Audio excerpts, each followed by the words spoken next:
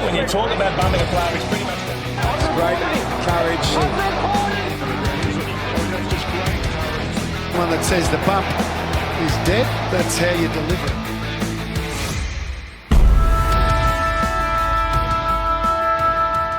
What is going on, YouTube universe? My name is Trent and welcome to the Hip and Shoulder, where we discuss everything Australian rules football. And today, after a week away, we are back with the Round Recap podcast, the series where we look in reflection at the weekend that was and we discuss the fallout of that particular round from the AFL season. And the round that just went down was a round that was earmarked as something that was supposed to be a momentous shift when it came to the umpiring fraternity, because after some debate from media experts and, AFL fans and people within the AFL itself, they decided within their wisdom that instead of doing a end of season crackdown to get everything ready for a brand new season, we were going to shake things up, and halfway through a season, we're going to start changing interpretations of rules, and they cracked down, well,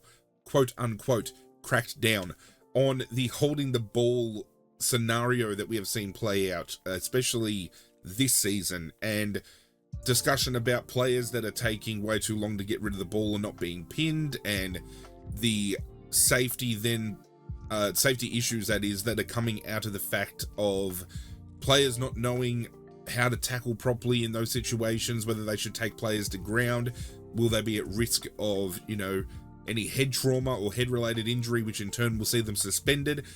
It's been a snowball effect, the umpiring this year. It started off as a little fucking speck of snow, and it just keeps going downhill, and the bastard's getting bigger, and now we're sitting at the precipice of an avalanche. That's how I feel about it, because while this weekend was supposed to see a shift, and we did see more holding the balls paid, don't get me wrong, umpire interpretation of this has gone out the fucking window, and I think it's made the game worse. I didn't think it was fucking possible after seeing what we've seen this year, but it fucking happened. Just to earmark the shift in the holding the ball calls itself, round 11, there was a 7.6 round average of holding the ball. That jumped in round 12 to 11.6. We jumped up by almost 5 complete calls. Now, some would argue that we're on the right track and we're finally getting things paid that should be paid. But we're so far from the fucking point, it is not funny. The round kicked off with Port Adelaide hosting Carlton in what I thought was going to be match of the round, because we saw two teams coming head to head, one obviously with a huge home ground advantage, because I still feel Port Adelaide in Adelaide is one of the hardest grounds and teams to take on if you're a travelling team. And you've got Carlton, who are pushing for a top 4 finish this year. So home ground advantage, Port Adelaide, I feel, at least if you look at the fixture, have been given a rather comfy run up until this point in time, in the way of they haven't had to travel that much. They've had a good run at home, but we have seen them fumble the ball many times on their home turf this year. And I don't know whether we can just attribute that to the fact that Connor Rozee hasn't played the last couple of weeks, because as good of a player he is, Port Adelaide aren't a one-man team. They don't rely heavily on Connor Rozee to do the work on his own. If anything, his omission from the team through injury has seen the likes of Jason Horne-Francis go to a new level. Willem Drew is really starting to find some consistency. Zach Butters still does Zach Butters things. Dan Houston off the half-back line. They're a star-studded team, Port Adelaide. They just lack firing power up forward. And when you're subbing Charlie Dixon out of a game and you're starting Jeremy Finlayson as your sub, question marks need to be fucking asked about what the fuck Ken Hinkley is doing, for starters. If you had told me my round 12 bingo card was going to have these teams heading in at 3/4 time in such a close contest, but then Carlton were going to skip away with a 6-goal win, I would have told you were fucking crazy. But crazy happened, because that's exactly what went down. And it was a game where I thought, and there was memes going around, that obviously Carlton and Port Adelaide head to head, new holding the ball interpretation, this was going to be a game where 30 holding the ball free kicks were going to be paid. 27 free kicks for the game, 8 of which were holding the ball decisions. So we didn't see that much of an increase in that being paid. If anything, we saw some instances of holding the ball interpretations that should have been paid but weren't, and some that were that really were borderline, and it kind of gave us a little taste of where things were going to go. But trust me, it got fucking worse throughout the weekend, and they really need to have a hard look at some of the calls they have made this weekend, because if that is how they're going to now interpret the holding the ball rule moving forward, our game is in big fucking trouble. I shudder to think of where we're going to be heading. But Carlton, 6 goals the difference in the end, and just way too superior. And it leaves us asking one of two questions. Are Carlton the real deal? Are Carlton going to be a top 4 finish this year that are genuine premiership contenders? Because I feel at this point, because this was the start of the bye rounds and we had a handful of teams sit out this week, Sydney have still been by far the best team in the competition. They've only lost 1 game this entire season, and that was the blip on the radar against Richmond early in the season. But their systems, the players, everything they have had in place this year has been top-notch. They have been number 1 in my eyes, and by many eyes, for a very long time this year. Now the question's asked, who's the best second team in the competition? Because it's really Sydney, then Daylight, and then whoever comes next. Carlton, to me, are really starting to firm in that position for that number 2 spot. I don't know whether they have the makeup to challenge Sydney, but it's hard to deny what Carlton have done. And fair enough, early on in the season, there were instances where you could make comparative calls on some umpiring decisions that may have gone Carlton's way to assist. I mean, we had the Good Friday game where 8 or 9 goals were given from free kicks or 50-metre penalties that put them in front of goal.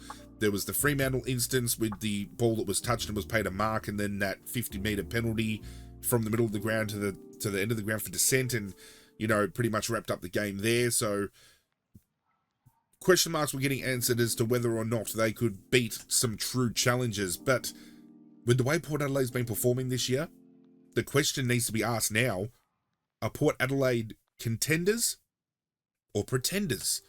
Because you would think the makeup of what they've currently got, they don't have anybody apart from Connor Rozee, in my eyes, truly missing from this lineup. I don't know where the faults have fallen with Port Adelaide this year. I know historically, if you look at previous seasons, the following year there was always a team that kind of drops form and out of the top 8. But this year we've got a couple of teams that have done that, and it's really opened up the door for other teams to kind of make themselves known and make their presence felt. I just don't understand how a game that can be so tight throughout the whole duration end up being as quickly won as it was for Carlton, and as one-sided as it ended up being in that final quarter. I mean, Patrick Cripps was incredibly quiet up until 3/4 time by his standards. And then in the opening, minute or so of that second quarter, he just goes bang, bang, and kicks 2 goals. Like, there's no problem at all. He's got this on his own boot. And then, you know, it just lifted morale. And Carlton came out as a completely different force in that final quarter. And it is scary to think that if that is the capability they have of truly unlocking throughout the duration of a game, they could be a premiership threat this year, as much as it pains me to say it. Port Adelaide, though, I'm starting to now have question marks over whether or not they're going to make the top 8 in the end. I know they've got the jump on some teams and they still find themselves in a decent enough position, but they're dropping games that they shouldn't be dropping, especially these home games. It's a huge advantage for Port Adelaide to be in Adelaide. That ground is so synonymous with Port Adelaide putting on dominant showings, and this year it's been severely lacking. And I wonder whether or not they have hung their hat too much on relying on Ken Hinkley to be their man, and they keep fucking giving him contract after contract when he has failed to deliver. The best he has done is get them to a prelim. And any other club, I feel, that would have a list that these guys have, get as deep into the finals as they do, and continuously fall over at that last fucking hurdle, how many more chances is this bastard going to get? I could rant and rave about this game all fucking night, but I'm not going to, because we have more games to get to. So I'm going to get to my picks for best on ground for the Hip and Shoulder MVP award. If you're new to this podcast series and you're not familiar with how that process goes, it's like the Brownlow count. 3, 2, 1. I'm picking my 3 best on ground players, and at the end of the season, we kind of have a ranking of who I feel have been the best performers in the league for that given season. I've seen a lot of people do it in the realm of the AFL world and AFL content creation, and I thought I'd have a crack with doing something different, because this channel, to me, is something different. And this week was a little bit harder to pick because there was a handful of players that could have gone either way with votes this week. But for the one vote, I went for Patrick Cripps, and he could have probably got the 2, but I feel only popping off in that last quarter probably held him back a little bit. He had 22 disposals at 68% efficiency, 467 meters gained. 15 of those 22 disposals were effective, 9 were contested. He had the 3 clearances.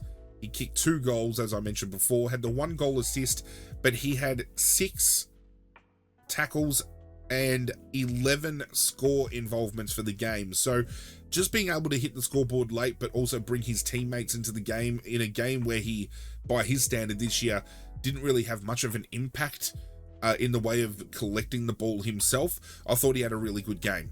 The 2 votes for me, despite the 6-goal loss, I'm giving to Jason Horne-Francis, who again also had 22 disposals and funnily enough went at 68.2% as well.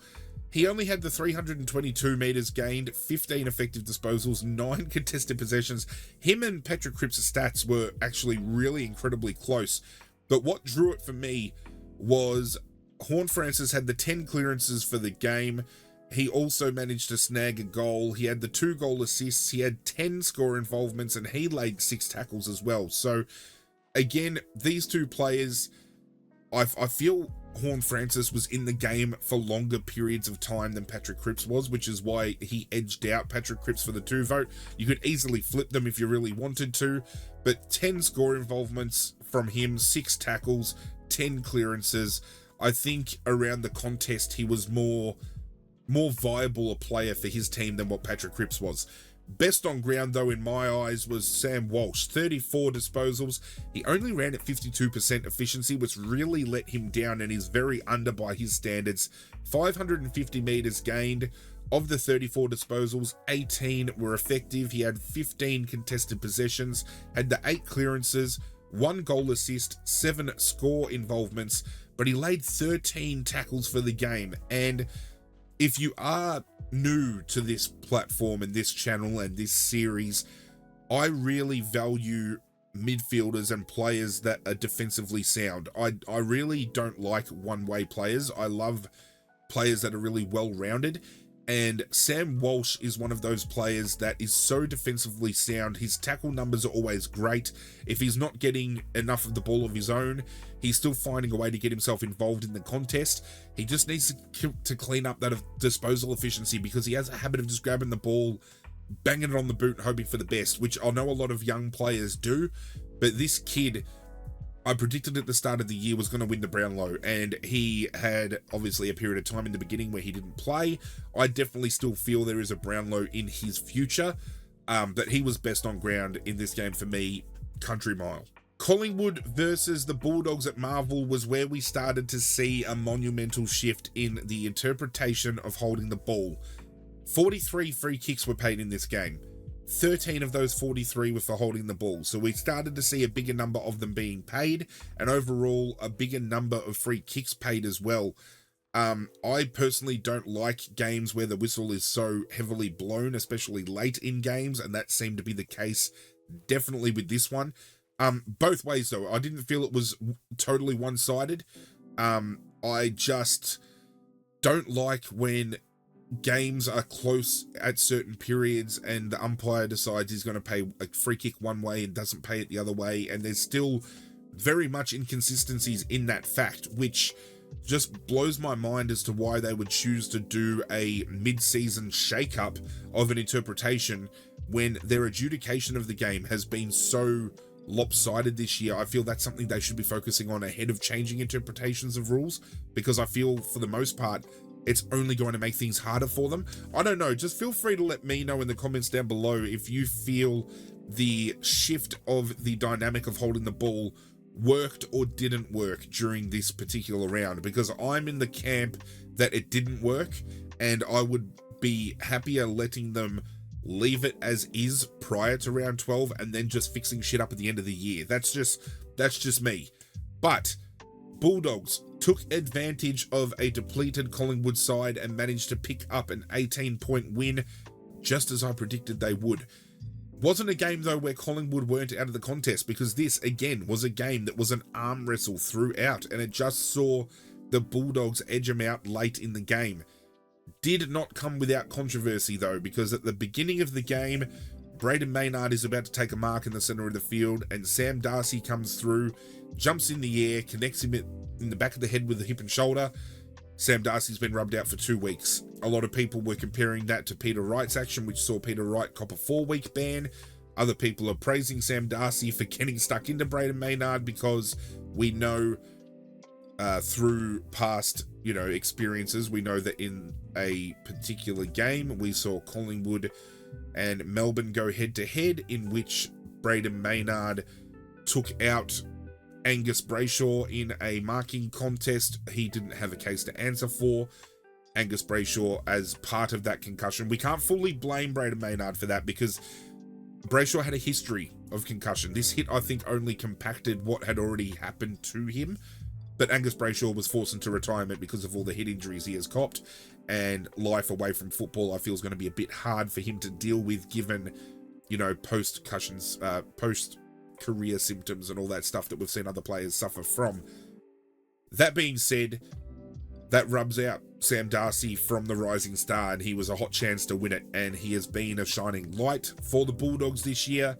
Sad to see him go down, but with opportunity, now knocking, somebody can hopefully stand up tall. If Luke Beveridge doesn't Luke Beveridge somebody, I still don't like Luke Beveridge. I've got reservations about him. I'm gonna talk about the Bulldogs all year, because the Bulldogs can continue to win like this, but I still feel if there was issues with morale behind closed doors, winning's not going to fix that.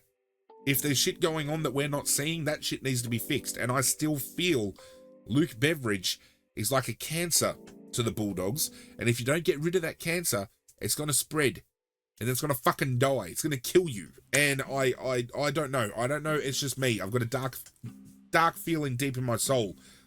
But this game saw many players stand up to the occasion, as you would expect. I mean, Collingwood has hit just as hard with injury as Richmond has, and, they're really having to throw young kids to the sword, and hopefully they can stand up tall. Unfortunately, some of those young kids, just like Richmond, are suffering from injury as well. So it's been a really rough road for Collingwood this year, because they started to find some form, they started to get back on track.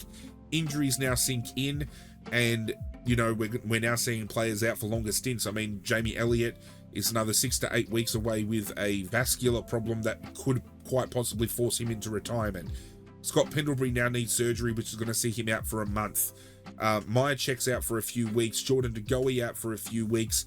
These are players that are impact players for Collingwood. They are players that Collingwood's systems kind of rely upon because of the roles they play, and it makes Collingwood's structure incredibly difficult to kind of navigate, because just like, and I hate using Richmond as a comparison here, but I feel you have to in the circumstance of where they're both at with injuries. Adam Uze throughout the year has had to try to piece a team together with puzzle pieces that don't fit, and Craig McRae's kind of in the same boat now with having to do that with Collingwood. But Collingwood, with all their players in, still have a very makeshift forward structure, and I feel that is where Collingwood's downfall is going to be, especially over the coming weeks, because without Myercheck, without Elliott, no Mason Cox, who's going to be the avenue to score? Joe Richards, I believe, went down with an injury, and he's only a young kid that's just come in, but he's been having impact. So, do you play an Ash Johnson and hope he can have a breakout couple of weeks? Do you rely upon somebody like a Bobby Hill to pop up and stand tall? It's very hard to see where those avenues to score are coming from. And on the flip side, when you look at the Bulldogs, they're really starting to find some form, and I found it very hard to believe, but apparently the stats don't lie. Champion data, I know a lot of people don't like referring to champion data, The champion data up until round 12 has Aaron Norton listed as the 6th best player in the competition. Apparently, at ground level, he is rated the number 1 key forward in the competition. I really didn't think Aaron Norton was having that big of a year. Apparently, I'm fucking mistaken. A player that I think is having a very big year that is not getting spoken about is Adam Treloar. I don't know how this bloke can still have over 30 possessions a game, lay a ton of tackles, score involvement's always up, but he's never in any discussion about All-Australian or the best Bulldogs, for the season. It's always Bontempelli. I feel the scope when looking at the Bulldogs is incredibly narrow. Midfield, it's always Bont being spoken about. Forward line, it's always Jamara Ugle-Hagan. It's never Aaron Norton. I don't know. I just feel discussion points are kind of skewed when it comes to the Bulldogs. That being said, as I said, that snowball effect of that hip and shoulder,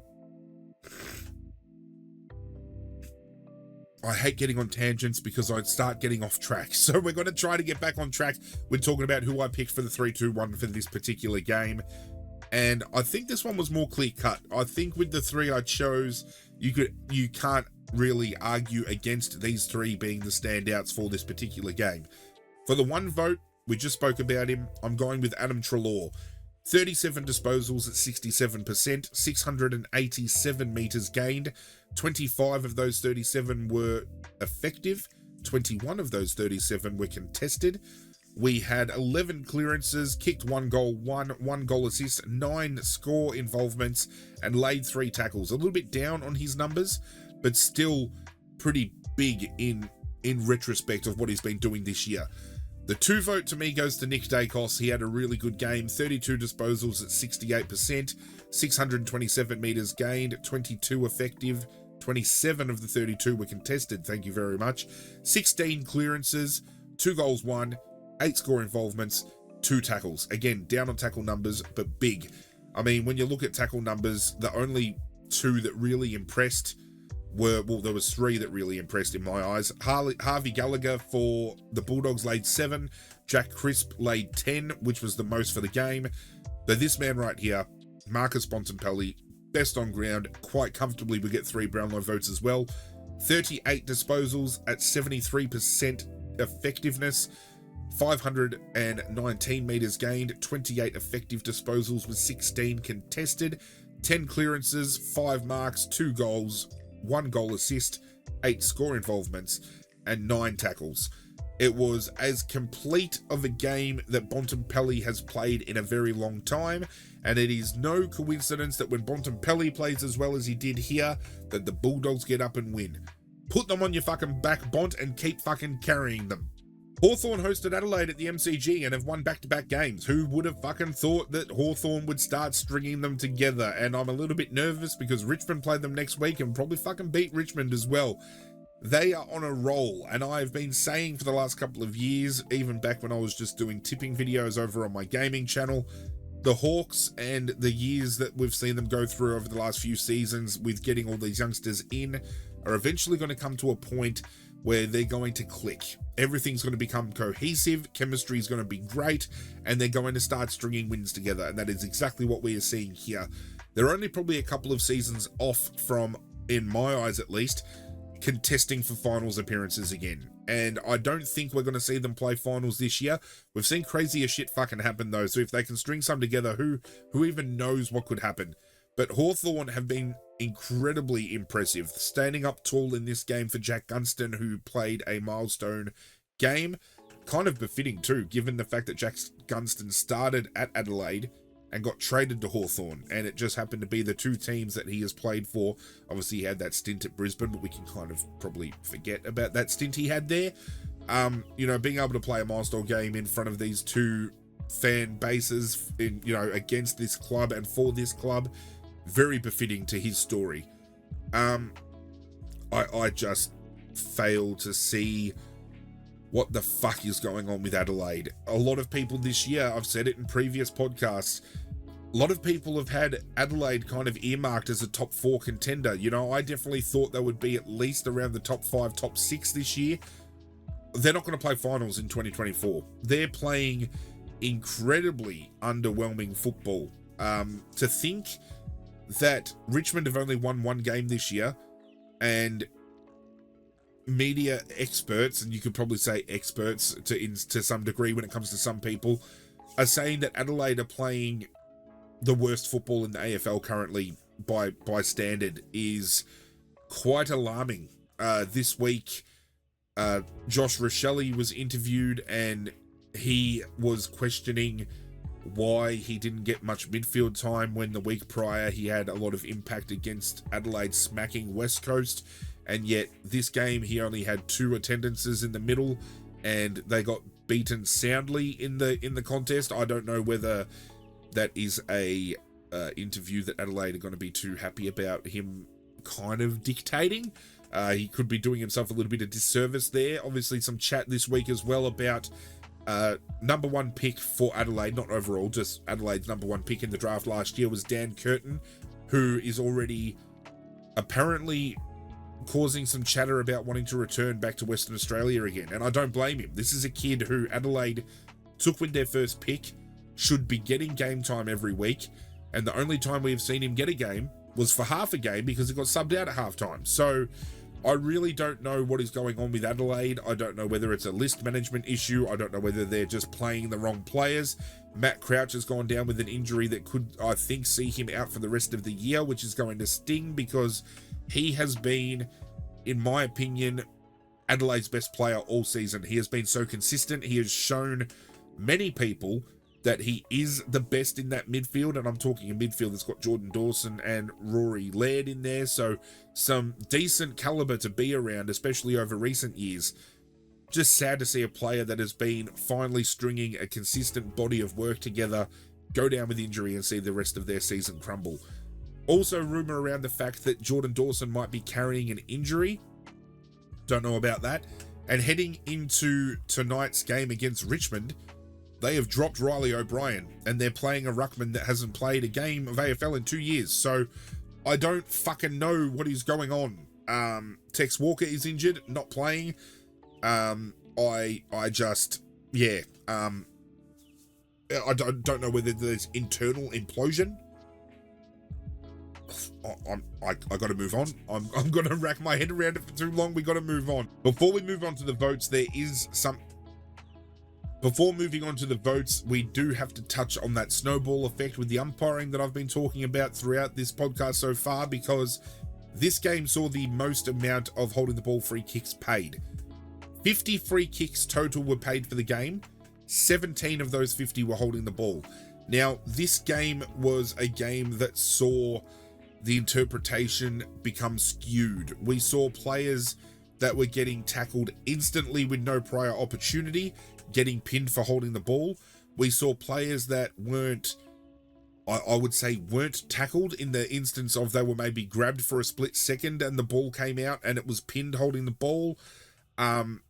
This game really set the standard of if a player braced for contact before they got tackled, and by bracing I don't mean trying to fend off, I mean someone's about to tackle them, so they kind of like maybe just tuck the ball into their arm a little bit here and they've been grabbed, they were pinned straight away. Now, I've got no problem with a player being pinned if they've got the ball and their mindset is, I'm just going to try to break out of the tackle instead of getting rid of the ball. I feel they should be paying that every day of the week, and they should have been paying that over the last few years. So I'm glad that I saw in this game that was setting that standard. But it's still very inconsistent, and I feel umpires are still going to have their own interpretation of this rule, and this is where I think there just needs to be an end of season crackdown with all the umpires collectively so they can learn together instead of learning from each other's faults from game to game. I don't know. Let's just leave it at that, because it's going to get worse, trust me, because we could even say a game hinged on decisions coming out of this week, and I don't really like to point finger at umpires being controlling of outcomes like that, but yeah, there was some questionable shit that went down later in the round that we need to talk about. So 3-2-1 for this game. Again, a few players that could have been handballed around for the votes, but I went with Matt Crouch for the one. 35 disposals at 77% efficiency, 276 metres gained, 27 effective disposals, 12 of which were contested, 7 clearances, 9 marks, 4 score involvements, 7 tackles. And again, in a game where he's come out injured and he's not going to play for the rest of the season, big out for Adelaide, but a big game for him despite the 27-point towel up. 2 votes this week I decided to give to Will Day because I thought he had a very well-rounded game as a midfielder. He had the 23 disposals, 78% efficiency, 421 metres gained, 18 effective disposals, 8 of which were contested, 5 clearances, 3 marks, only kicked the 2 behinds, but he had 2 goal assists, 7 score involvements, and he had 5 tackles as well. Best on ground for me, though, and I think he'll probably come close to the 3 Brownlow, Dylan Moore. Having some sort of a year, Dylan Moore. 27 disposals, 77% effectiveness, 361 metres gained, 21 effective of 10 that were contested, 3 clearances, 5 marks, kicked to 5 goals, 1, 2 goal assists, 12 score involvements, and 3 tackles. If you can kick 5 goals yourself and then have 12 score involvements all up, you've had a great day out, especially as a player that predominantly plays a forward role with a rotating midfield mix. This game sanded me because if you do tipping on the AFL website and you're familiar with something called the Gauntlet, it's a system where you pick who you think is going to be a guaranteed winner for that week. And I thought West Coast heading into this game were going to be a guaranteed winner. And then they started dropping like flies right up before the game. We had Jake Waterman taken out late. We had Tim Kelly was withdrawn late. And I just saw all these players starting to come out, and I thought, oh, is this going to really give St Kilda an edge? And in the end, St Kilda get up and win by 14 points in a game that has brought about enough controversy for people to start questioning components of not just the Rising Star Award, but the Brownlow as well. So we'll get to that in a second. But St Kilda going up to West Coast, I thought was going to be hard because of how St Kilda have played this year. St Kilda have been the biggest drop-off and I feel the biggest disappointment this year. You could argue Richmond has been, but I mean, St Kilda still has players readily available to them. You know, being able to play 9 times out of 10, their best 22. I just don't see where the drop-off has come from. Max King has had a very lackluster year. The midfield kind of haven't kicked off as well as they should have. I mean, Jack Steele's still trying to do as best as he can, but he can't do it all on his own. And now we've got, again, media personnel when it comes to radio and television saying that St Kilda should just keep Jack Sinclair, Rowan Marshall, everybody else should be up for trade. I've never, ever seen anybody suggest that minus 2 players, everybody on your list should be available for trade and you should try to get rid of players to bring in new ones and bring in draft picks. And I don't think it was that severe of a drop-off, but apparently some fucking people do. West Coast were valiant throughout this. It was just unfortunate to see an arm wrestle that kind of started going one way for West Coast and then the drop-off underwent, and I feel the key components that were missing would have been great for West Coast to have. Obviously, having Tim Kelly in the middle would have given them an edge in the midfield for the second half that they missed. Jake Waterman up forward has been absolutely on fire. Could argue the most informed key forward in the comp. Missing takes away an avenue to score, and in the end, you know, Saints get the better of them moving the ball because, you know, Dougal Howard, Josh Battle, those kind of players were able to get easy intercept possessions and get the ball out of that defensive 50 because they didn't have somebody like Waterman that's got vices for hands to clunk everything that comes his way. It was interesting. It was incredibly interesting. Looking at the free kicks for this game, I'm pretty sure it was evenly matched. We had 33 free kicks paid for the game. Of those 33, only 6 were holding the ball.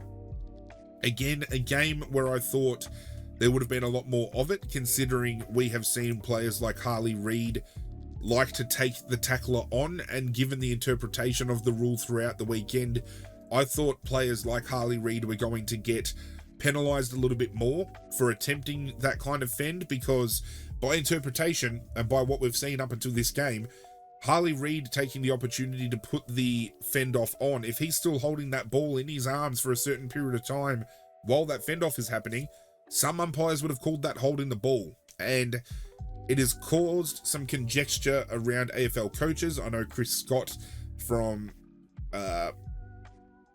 Geelong, I drew a mental blank for a second there, came out on AFL 360 and said that if you take fending off and being able to take on the tackler away from the game, players like Dustin Martin, Patrick Dangerfield, Nat Fyfe, those were the three that he named, don't get highlighted as much because they've all based their careers off of breaking tackles and being strong-bodied and being able to have that physical kind of presence. He even cited Harley Reid, saying that Harley Reid's a generational talent that likes to fight the tackler. It was just very weird to see that the interpretation up until that point in time didn't shift. But what did happen with Harley Reid was a tackle where he took on Darcy Wilson, I believe it was. It wasn't a sling, I feel it was one motion, but unfortunately Darcy Wilson's head hits the ground. He gets hit with a 2-week suspension. They did try taking it to the AFL to argue it down to 1 week. It was unsuccessful. He has been hit with a 2-week ban. Sam Darcy has been hit with a 2-week ban. There goes your favourite and second favourite for the NAB Rising Star Award for the 2024 season. We're going to have a Stephen Bradbury moment where third place is going to win. And again, Chris Scott was questioned about whether he thinks Oliver Dempsey, who I feel, me personally, is well in contention now for it. I think he has had an incredible year. He backed that up against Richmond. We will talk about that shortly. Asked whether or not he would be happy winning the award. And even Chris Scott said, I think if he did win it, he would still be knowledgeable of the fact that he hasn't had a better year than Harley Reid or Sam Darcy, but those two aren't available to win it, so it goes to the next best. There's now conversation going around as to whether or not the fairest portion that is within best and fairest of the Brownlow and Rising Star should now be removed to allow players that are suspended to still win. I don't know why all of a sudden the Harley Reid suspension is the one that is the tipping point. Now, I understand he is an exciting talent, but we have seen players miss Brownlows, miss Rising Stars through injury, through suspension.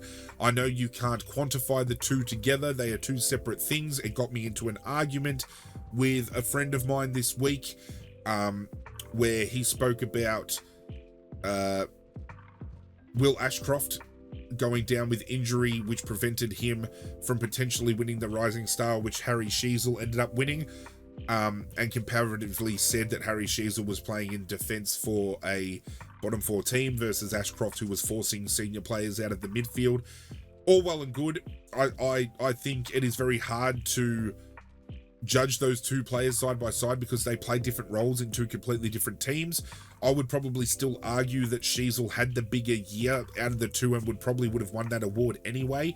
But again, I think losing an award to injury and either not being able to receive votes because you're not playing or not giving enough sample size for a Rising Star award versus a suspension where somebody has done something that is worthy of sitting them out of the game.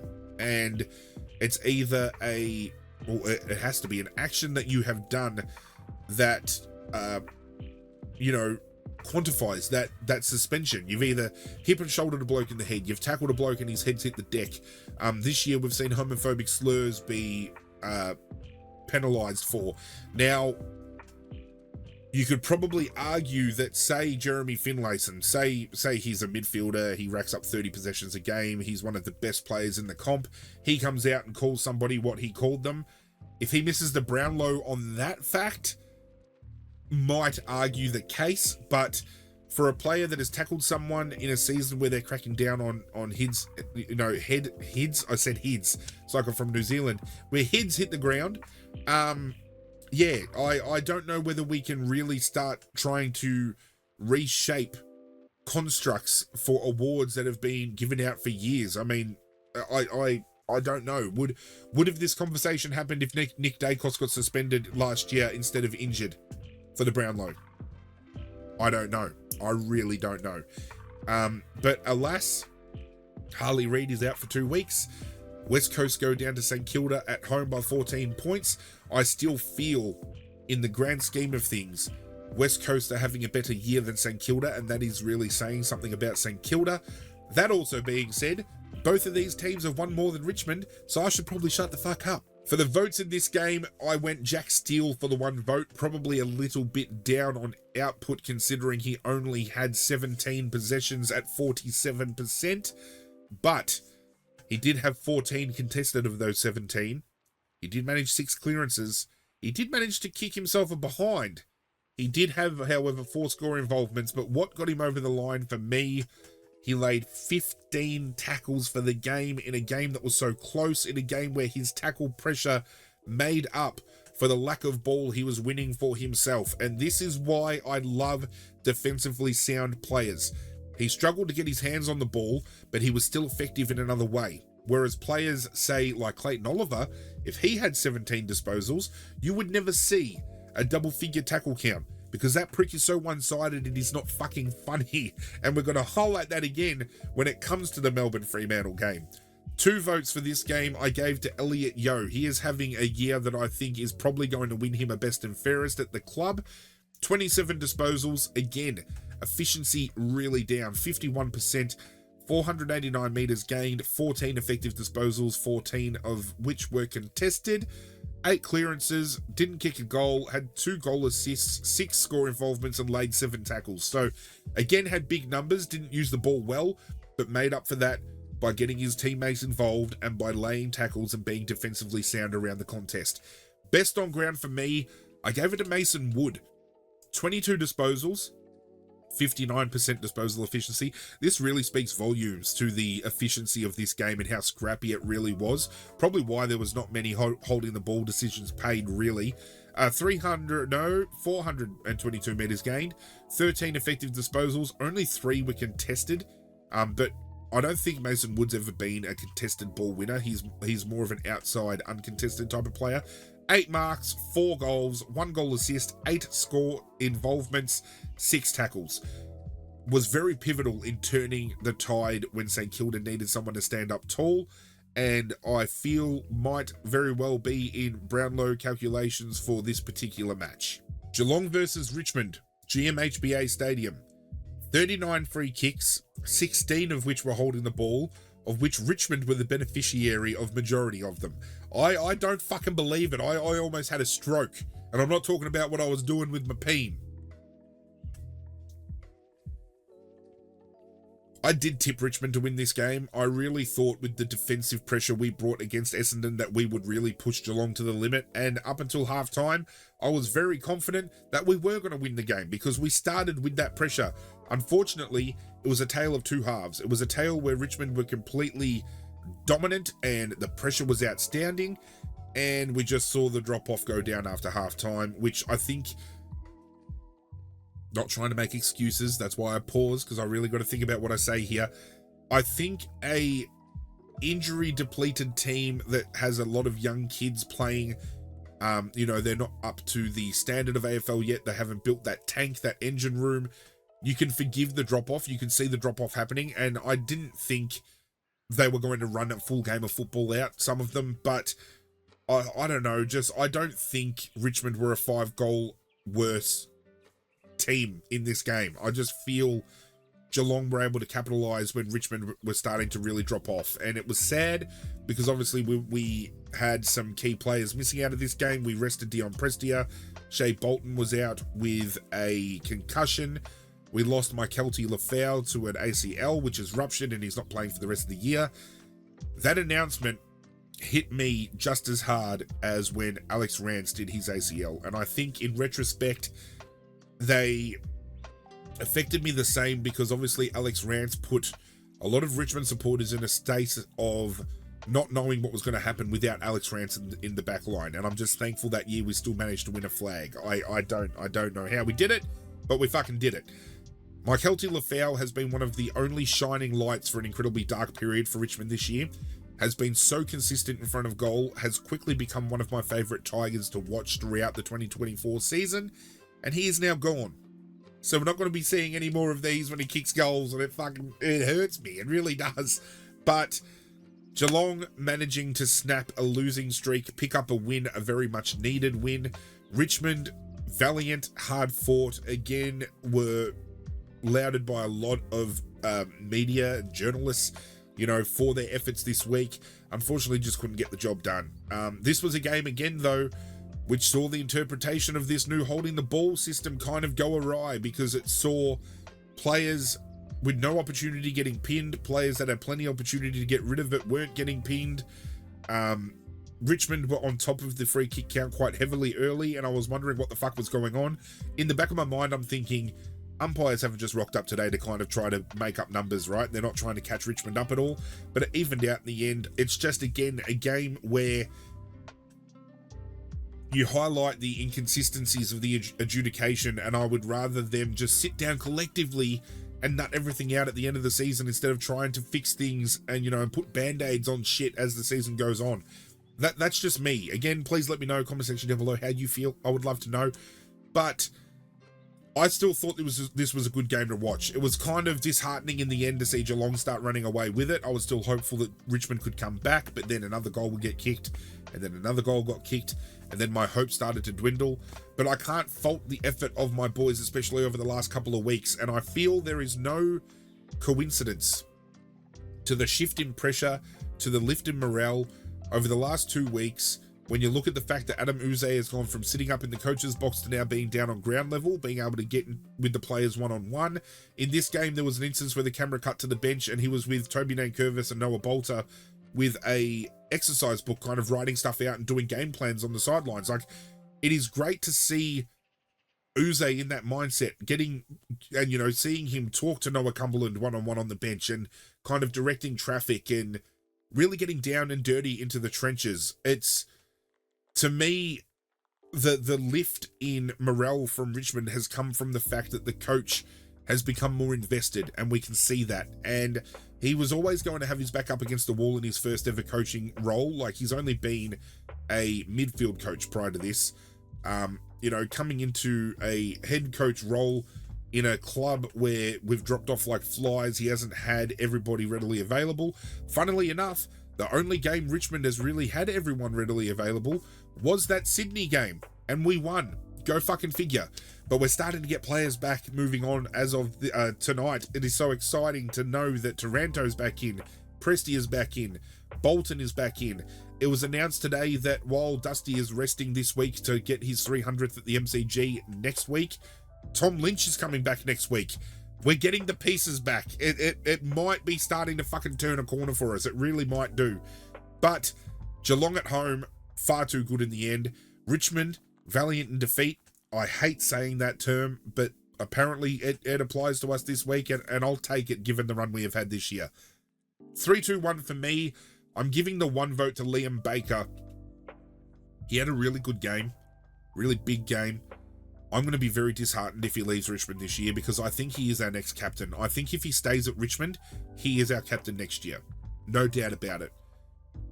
Dropped on the news last night that apparently Fremantle are after Shea Bolton as well, and I knew that was going to come because he's from Western Australia too. They've got a few first-round picks up their sleeve, some second-round picks, and it looks like they're going to try to target Bolton and Baker together for a package deal. I would love to keep them both, but the rebuild kind of idea in my head tells me we need to let one of them go. And it pains me to say it. I don't want Baker to go. I would probably let Bolton go over Baker, which is a big fucking call.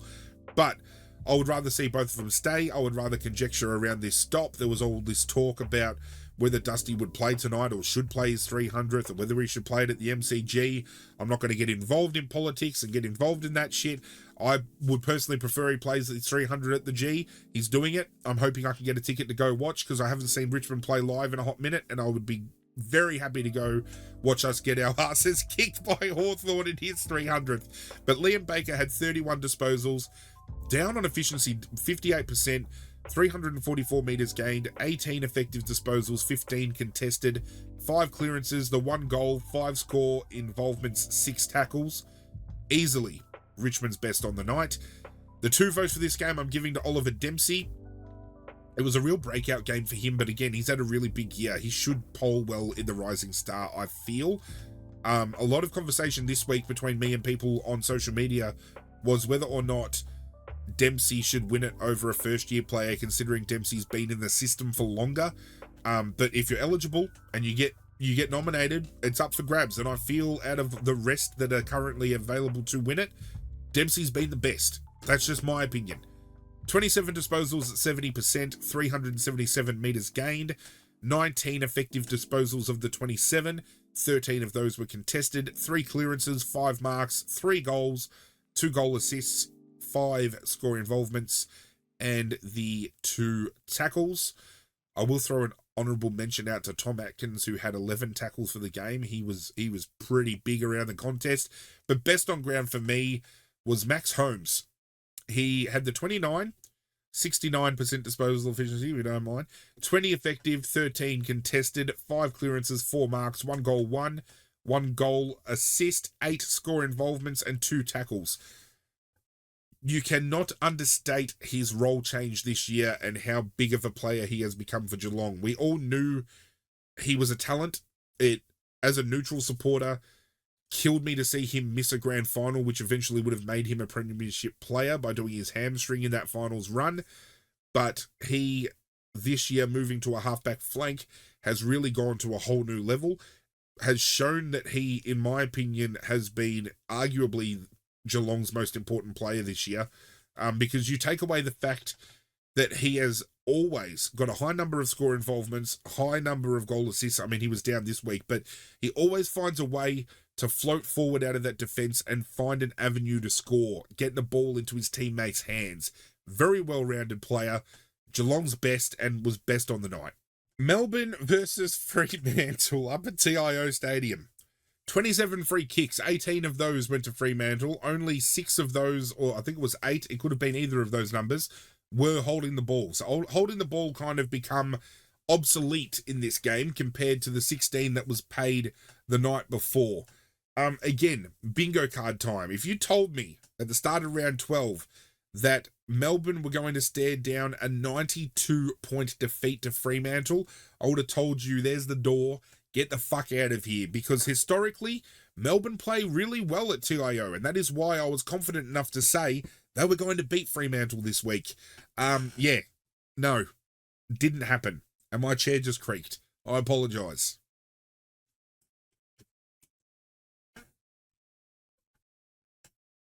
At half-time, I made the call that they were going to lose by 100 points. That's how bad they played. This is the worst performance we have seen from Melbourne. I think they said since 2016, I believe. I think it's one of the biggest losses, if not the biggest loss, under Simon Goodwin. Fremantle, it would have to be one of their biggest wins they have had in a very long time. I wouldn't be able to get that stat up right now, but it definitely would have to be up there. Yeah, it was a head scratcher, this one, because I really felt on paper Melbourne were the much better team. But Fremantle continue to go upon this run that kind of leaves us in limbo, wondering where they're going to be at the end of the year. Are they going to play finals? Are they going to miss finals? This is a performance that, in my eyes, makes them a finals dark horse in the way of them being able to do some damage come finals if they can make it into the top 8. There's always one team that everyone seems to write off when it comes to that point, that point of the year, because they're all focused on the top 4 and it has to be somebody within the top 4 winning. I feel Fremantle could do some damage this year if they can go top 8. I'll make that call now, so if it happens, we can reference this moment in time. Melbourne, however, their fitness is now being questioned, their morale, their drive, everything is now starting to come into question. So much so that I'm going to make a point. I just turned around and said that if Clayton Oliver had low numbers, he wouldn't have a high tackle count. He did have 19 disposals in this game. He laid 7 tackles. Okay, that's not too bad. He actually ran at a decent disposal efficiency too, 84. And still lost. I don't know. It's pretty bad when you look at the best performing players on the field statistically, and the top 10 is comprised of 7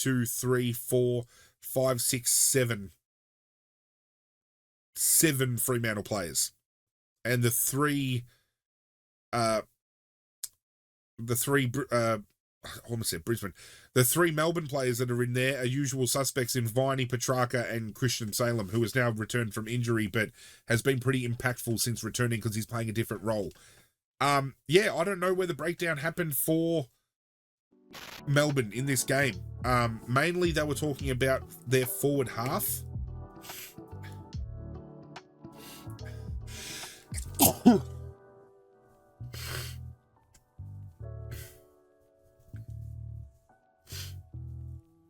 If Melbourne really want to look at where they went wrong, their forward fucking 50 is atrocious. I mean, talk about makeshift forwards and forward. As far as forward lines go in this competition, Melbourne would have to be the worst forward line in the comp.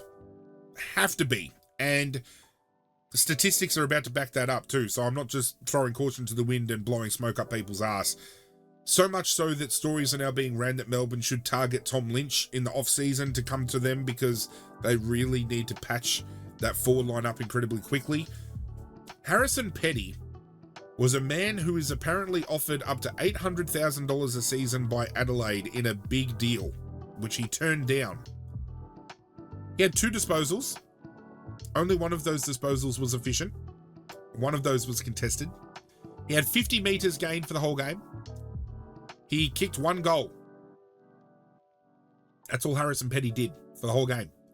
Daniel Turner came in this week for, I believe it was Ben Brown. 6 disposals. 4 of those were effective. Didn't kick a goal. Bailey Fritsch, 9 disposals for the game. Didn't kick a goal. Cade Chandler doesn't really play forward all that much, but he does play forward time. Didn't kick a goal. Shane McAdam didn't kick a goal. Keziah Pickett didn't kick a goal. Would you like me to keep going? The goal kickers for Melbourne, and there was only 7 goals kicked for the game. We had Tom McDonald kick 2, and those were junk time goals, incredibly late. We had Jack Viney kick 1. We had Christian Petrarca kick 1. Clayton Oliver kicked 1. Max Gawn kicked 1. That was it. Yeah, Tom McDonald has been playing in defence, so kicking 2 goals is rather alarming there. Christian Petrarca can't kick goals for them every week and hope to win. Clayton Oliver hit the scoreboard, which is very rare to see. Max Gawn, okay, he's probably good for a couple of goals a week, but they were just down on output, especially when you've got Jai Amiss kicks 4, Walters kicks 3, Tracy kicks 3, Luke Jackson kicks 3, Frederick kicks 2 and then gets subbed off. Hayden Young kicks a goal. Switkowski, Sturt, Sarong kicks arguably what could be goal of the year. It was an all-time showcase. Even Nat Fife, Sean Darcy, and even Jordan Clark, who plays in defence, got on the fucking scoreboard with a goal. It was raining goals for Fremantle. It was very easily one of the best performances I have seen Fremantle play in a very long time, which is going to bring me to the votes, because I don't think we should dwell any longer on this game because it was an absolute blowout. Again, I don't know whether this leaves us in a conversation of was Fremantle good or was Melbourne just absolutely fucking terrible, and I think we have to comparatively see them play against more teams to kind of judge. But I definitely feel Fremantle are on the rise. I would love to see them play finals this year as a neutral, and I think they can do some damage come September if they get the chance to do so. Okay, vote time. 1 vote for me, which shocked me because Triple M gave this guy best on ground. Sam Switkowski, 25 disposals, 84% efficiency, 386 metres gained, 21 effective of the 25, 10 of which were contested, 5 clearances, 8 marks, 1 goal, 4 goal assists, 10 score involvements, and 3 tackles. They were saying that it was the 10 score assists, or the 10 score involvements that got him over the line. I think the person I picked for the 3 votes had a bigger of an impact rather. So I'll give Sam Switkowski the 1. The 2 vote I'm giving to Caleb Sarong, 27 disposals at 70% efficiency, 409 metres gained, 19 of the 27 effective, 14 were contested, 8 clearances, 2 marks, 1 goal, 1 goal assist, 5 score involvements, 5 tackles. Just again, a well-rounded Caleb Sarong performance. Luke Ryan was probably stiff to miss here. 28 disposals at 92, almost 93%.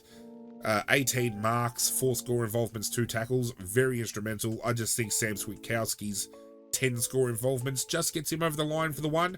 But best on ground for me, and having a breakout year, should be in All-Australian contention as well. Jordan Clark, 36 disposals, 83% efficiency, 356 metres gained. 30 of the 36 were effective, 7 were contested, 3 clearances, 15 marks, a goal, 2 goal assists, 10 score involvements, and the 1 tackle. I think a bloke that can mark the ball that much can help navigate the ball out of defensive 50 and have 10 score involvements while kicking a goal of his own. Rounds out a perfect game for me. Last game of the round, Gold Coast hosted Essendon at People's First Stadium. There was 40 free kicks paid, there was 13 holding the ball decisions, and there was one 50-metre penalty that could have very well wrapped up the game for the Gold Coast. This was a game that I only heard on the radio and was so fucking entertaining to listen to, especially in the last quarter. And I will tell you why, because I feel there is a lot of conjecture about this game that is incredibly one-sided. This game was on the wire, really. It was on the line. It was an arm wrestle all game. Come down to the last quarter, and I'm in the car listening on the radio, and the Triple M commentary team, because Triple M are my go-to for radio, they were talking about the umpiring to the point where the commentator live on radio turned around and said, someone needs to sit these guys down and sort this shit out. Almost verbatim what the commentator said. Because you would hear the commentators up in arms about a call that was made, and these were calls going the way of Essendon at the time, and then a decision would go, or at least should have gone the way of the Gold Coast, and it wasn't paid. And commentators were saying, oh, you've got to blow the whistle, oh, you've got to pay that, and everything else. And, you know, I thought to myself, I'm in the car with my brother, who is a Gold Coast supporter, and I thought, Essendon are going to win on the back of some free kick decisions here, and it's going to cause a fucking riot at People's First, because that's the way the commentary team was delivering the call of the game. And then there was a holding the ball decision paid, which again shows the inconsistency of the interpretation. And Matt Rowell got pinned a few times in this game. Matt Rowell, again, is another player who likes to try to fight through the tackle. Every time he tried, he got pinned for holding the ball. I'm okay with that. I'm fine with that. I think it was Jai Caldwell that might have had the ball at the time. I could be mistaken. But he kind of got grabbed by Tuke Miller on the jumper, maybe for a second or two, but then was let go. But he dropped the ball in the process, and the umpire called holding the ball. So, again, the interpretation is going to need to be looked at with whether it's a tackle or not, whether the player was in the action of the tackle for a long enough time, prior opportunity. You know, I saw a tackle where it was in Gold Coast forward line. I think it was Ben Ainsworth, gets tackled immediately. No other way he can get rid of the ball, because he's pretty much tackled to a point where he's pinned to the ground. He can't do anything. Umpire pays holding the ball. So much so that every single player in the vicinity of the area, including Essendon players, were not expecting a free kick to be paid when they heard the whistle. They were all kind of setting up for a ball up. That's where the inconsistencies have gotten to with this call this week. And this is where I think they do need to sit down and sort this shit out. But fucking do it at the end of the year instead of mid-year. Please, do us all a fucking favour. But back to that free kick that was paid that maybe shouldn't have been a free kick, should have maybe been play on. Laverde picks up the ball for Essendon, throws it back to, I don't know who threw it to, but it wasn't Tuke Miller, and it should have been, and the umpire pays 50.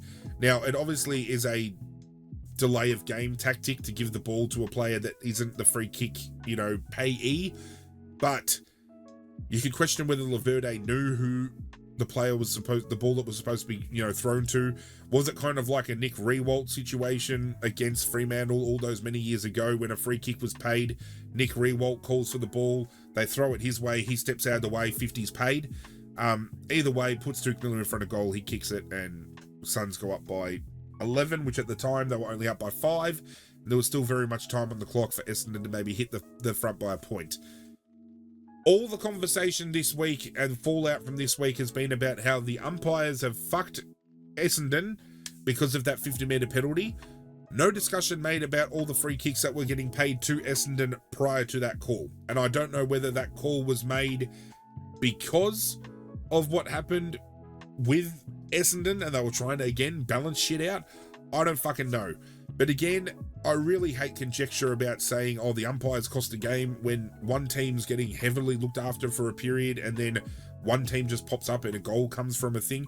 Technically, if you want to go down the letter of the law, Miller was supposed to be throwing the ball after the free kick. He wasn't. The 50 metres warranted. I know it's fucking so touchy, but it's there. And if it's in the rule books, these bastards are going to pay it because they've been so fucking inconsistent this year. At least if the rule's there and it's there to be paid, they've kind of paid it. Maybe. Sometimes. I don't fucking know at this point, okay? I'm just trying to roll with it as best as I can. 3-2-1 for this game was hard because it was so close by score and there was many players that got involved in different avenues, so I didn't know who to give what to.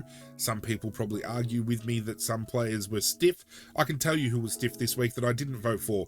Nick Hind had 10 score involvements and 24 disposals. Really good game. Doesn't get a vote.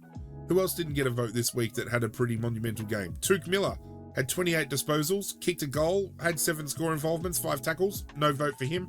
Noah Anderson, 33 disposals, 8 clearances, 7 score involvements, 5 tackles. Doesn't get a vote. I'll tell you who does get a vote, though.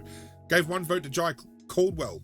23 disposals at 60%, 340 metres gained, 14 effective disposals, 9 were contested. He had only the 1 clearance for the game, only had the 1 goal, but he had 5 score involvements and he laid 10 tackles in a game that was incredibly close. Again, he has had a very solid year, almost a breakout year for him. Defensively, he has been absolutely monumental. So as far as the Essendon edge goes, he's definitely got it. 2 votes for me, I'm giving to Zach Merritt, 33 disposals, 69% disposal efficiency, 600 metres gained, 23 effective disposals, 10 contested, 7 clearances, 6 marks, 3 behinds. What could have been if he had kicked straight? 7 score involvements and 3 tackles. You know what? When you look at an 11-point score line where they kick 7 more behinds for the game, and you look at the fact that Zach Merritt, Jake Stringer, Nick Martin, and Kyle Langford combined for 9 behinds between them and did not kick a goal. Quite concerning, especially when Kyle Langford and Jake Stringer have almost been winning games off of their own boots all year this year. So I don't know if you want to point at umpires or you just want to point at inaccuracy. I don't know. You only had to kick fucking 3 of those behinds and you score a goal and you fucking win. That's all I'm saying. Best on ground for me, though, Matt Rao. 26 disposals, 80% efficiency, 470 metres gained. 21 of the 26 were effective, 13 were contested, 8 clearances, 9 score involvements, 11 tackles. Might have had a lot pinned against him, but he made up for that with laying a lot of tackles of his own. So after 12 rounds of play, this is how our ladder looks at the almost halfway point of the 2024 season. Top 4, Sydney, Essendon, Geelong and Port Adelaide, and we currently have ourselves with Sydney effectively ahead by 2 games. They've got that buffer, they've only lost the 1. As I said, best team in the competition by far this year. The top 8 is rounded out by Carlton, Fremantle, GWS and the Gold Coast Suns. We then have Collingwood, Melbourne, Bulldogs, Hawthorn, Brisbane and Adelaide, with the bottom 4 being St Kilda, West Coast, Richmond and North Melbourne. Let me put something into retrospect for you here. Hawthorn have got more points on the board than Brisbane. They are only 2 wins out of the top 8, and they play Richmond this week, and they play Richmond next week. They play GWS this week. With how they've been playing, with how GWS and Richmond have been playing, 2 very winnable games, and Hawthorn could be potentially knocking on the door of top 8 in 3 weeks' time. What? That is it for today's video. Do hope you guys have been enjoying this podcast. I have tried to fight through this. I'm still rather unwell. I do appreciate you guys allowing me to take some time off from the podcast last week, just dealing with being unwell. My kids have been unwell. My grandmother passed a few weeks back, and I'm still trying to internalize all of that. So I think it's manifested physically in illness, and I just needed some time away. But I'm glad to be back because I love doing this. I love content creating, whether it is doing my gaming stuff or whether it is taking the time to share my passion about Australian rules football here on this channel. I'm happy to do it each and every time I sit down to record a video, and I hope you guys reciprocate that. I do hope you guys enjoy what I do. If you do, hit that like button down below, because it does go a long way to supporting what I do. And if you want to get on board the community we are building here, hit that subscribe button as well. It would mean a lot to me if you did. But that's it from me, guys. I'm out of here, and as always, I will catch you guys next time.